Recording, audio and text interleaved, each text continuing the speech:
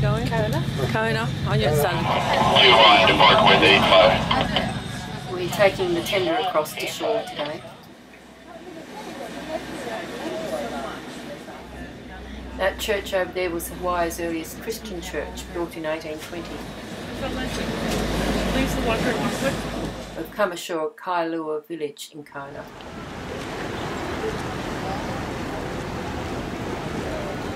On the island of Hawaii, the big island, on the other side to where we were yesterday. Doesn't get much better than this.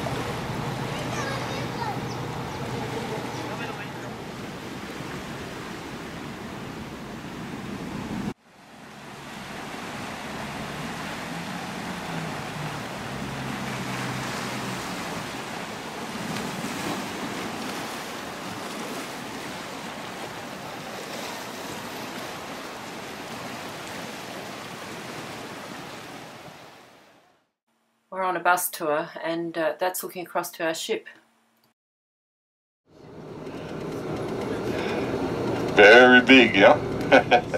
Ulahai Palace was the royal summer residence. Our visitors love to come there because the sand, you know, is really soft and out there and they can do body surf. Halu. So this bay actually, like I say, is one of the safest bay for swimming. Certain time you'll see turtles come up to the shore and swim out here. You do get tired swimming, floating, you just stand right up on the sandy area, rest. When you're ready to go, you start all over. It's small little town, it does get a little busy over here. Not much road to connect to it.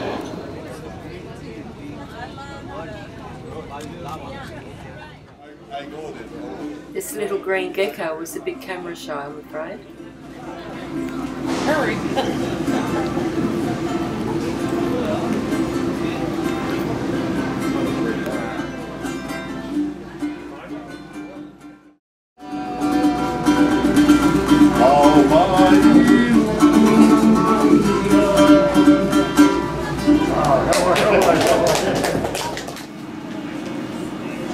We're at a park on Konanoa Bay, where aspects of traditional Hawaiian life have been preserved, as well as examples of royal residences and the way of life back then. But if you broke the law and reached the place of refuge, no harm could come to you. You can see the patterns in the lava as it solidified. So there would have been 10 or so of these shacks around the complex, and that's where they did their work, their weaving and their cooking. This is a half-size reconstruction of the Haleo Kiwi temple. It's the Hawaiian checkers. Feel this thing.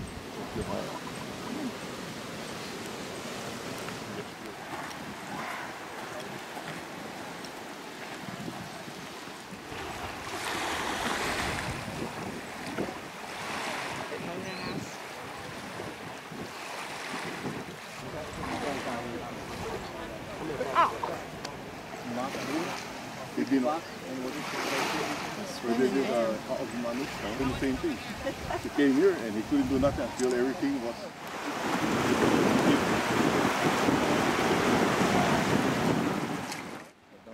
This is a rebuilt temple and mausoleum that once held the bones of 23 of the noble Hawaiian chiefs. These wooden images, called Haleo Kiwi Kiki, I think, pardon my Hawaiian, stand guard over the temple and mausoleum, protecting it from intrusion.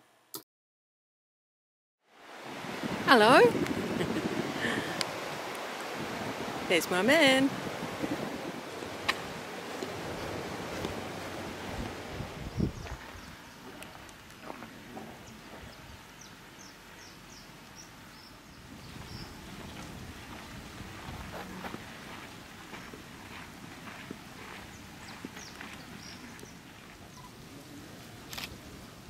Okay. Hello there. Hello, how are you? Where are you from? From Australia. Australia. You can give it to your friend around here and you keep where you live. Otherwise it will be in the wastebasket. That's beautiful. Fish on a stick. Just leave it to you. So, you know, when you want that coconut juice, don't grab that coconut from there.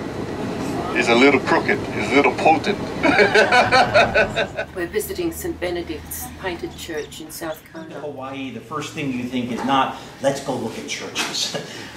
I'm glad you put our little church thing I know about the painted church, and probably the most important thing is it's a real church. This is an active Roman Catholic church. We have Mass here 5 times a week. You know, we have weddings. We had a wedding last Thursday, and it's a very active church. And I think no matter what faith you're talking about, that's probably the most important thing to know, is that the church is still trying to do its job. This wasn't the first church built in this area. The first church built for the people in this area was actually built in the 1840s. It was built down by the ocean. And it was built down there because in the 1840s, the people who lived around here were fishermen. So it made sense to put the church near the people. But over the course of the 1800s, those fishermen started building up the mountain. And they did that because of KONA coffee. The coffee farms opened. 1899, a new priest arrives. His name's Father John Velgate. He's a Belgian missionary. And he gets here, and he's got a problem. His church is that little church they built in the 1840s down by the ocean. But he's gotten here in 1899, and by then, pretty much everybody's moved up the mountain. They're all farming coffee, and no one's traveling back down the mountain to go to church. If you're a priest, that's a problem.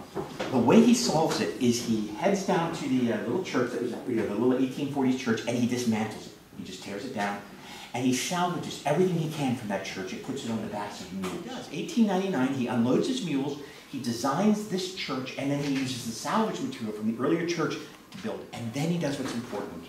He's the same priest who built the church, did all the art. He did all the paintings, he did all the carvings, he built the white altar.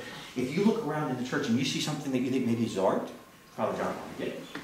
And he did it over the course of a little under 3 years, between 1899 and 1902. Father John taught himself to paint. He did a few canvases, and then this was his first big one. Now, it wasn't the last. He painted for 40 more years, and by the end of his life, he's doing paintings that hang in the Vatican today. But this is version 1.0, 3 dimensions. If you look at the sides, you can see that illusion of depth the best, that Trompe l'oeil effect. He was trying to create something like a cathedral, something that was unusual, that people would want to come and see, and maybe when they saw it, they'd stay.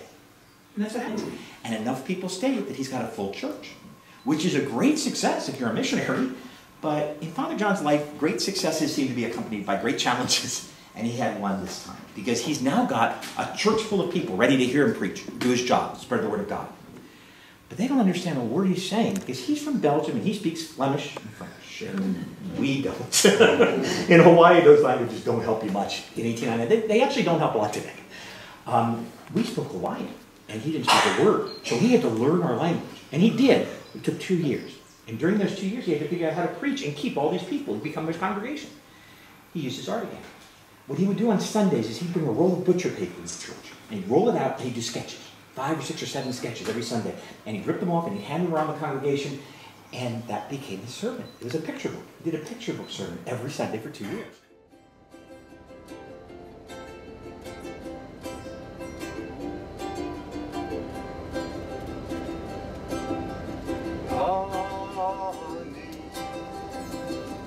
Princess of the island, Hawaii,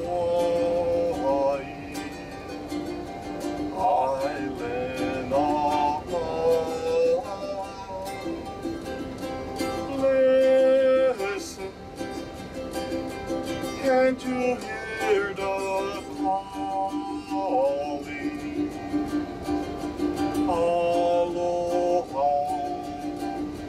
welcome my love. Where palm trees gently do the hula, while her